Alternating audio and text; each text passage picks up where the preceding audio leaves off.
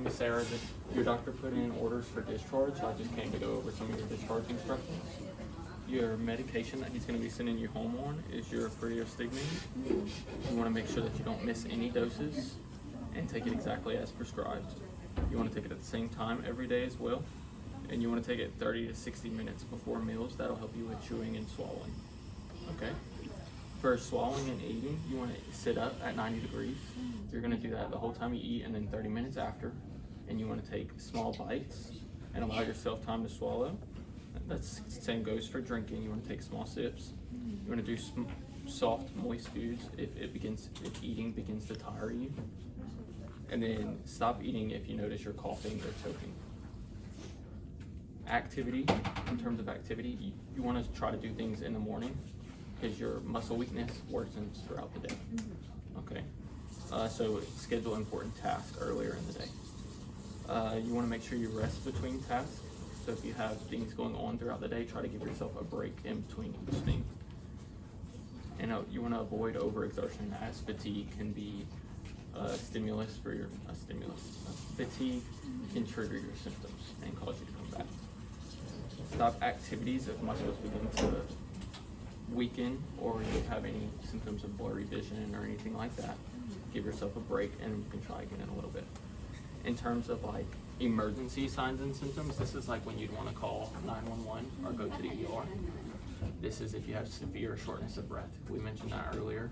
That was one of your symptoms you came in with. Also, you mentioned drooling. If you experience that same symptom again or excessive drooling, you want to come back in. This is kind of specific, but inability to swallow your saliva could put you at risk for aspirating or choking, so just go ahead and go to the ER. If you struggle with communicating, like inability to speak in full sentences when you're speaking with anybody, that can be an early sign. You want to go straight to the doctor or call 911. Signs of like not getting enough oxygen, like blue fingertips or blue lips or anything like that, that's also an emergency sign. And then we have extreme facial, neck, or chest pain or muscle weakness. So muscle weakness is one of the things you came in with. So a lot of the symptoms you came in that you had today that you were complaining of, those are also going to be the same symptoms that you would want to call 911 or go to the ER. So muscle weakness, shortness of breath. We added the blue fingertips and around your lips. But anything like that, you would want to go straight to the ER because that's a sign of like you're potentially going into crisis and your situation's worsening and we need to get it under control. Did you have any like questions regarding your discharge instructions? It might happen again. So it is a chronic condition. It's an autoimmune disease. So if you stay well managed, it should lay dormant, but at times it can flare up from different causes like stress or getting overexerted or anything like that. So we want to make sure that we're taking our doses on time to avoid that.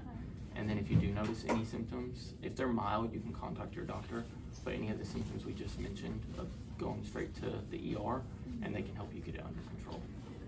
Do you have any other questions for me?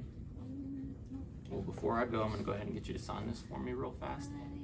And do you mind if I get what specific pharmacy you go to so I can get this called out to them? Walgreens on Wood Street. Is it city service? Yeah. Alrighty. Well, I'll go ahead and let the doctor know that you're all set to go. It was very nice taking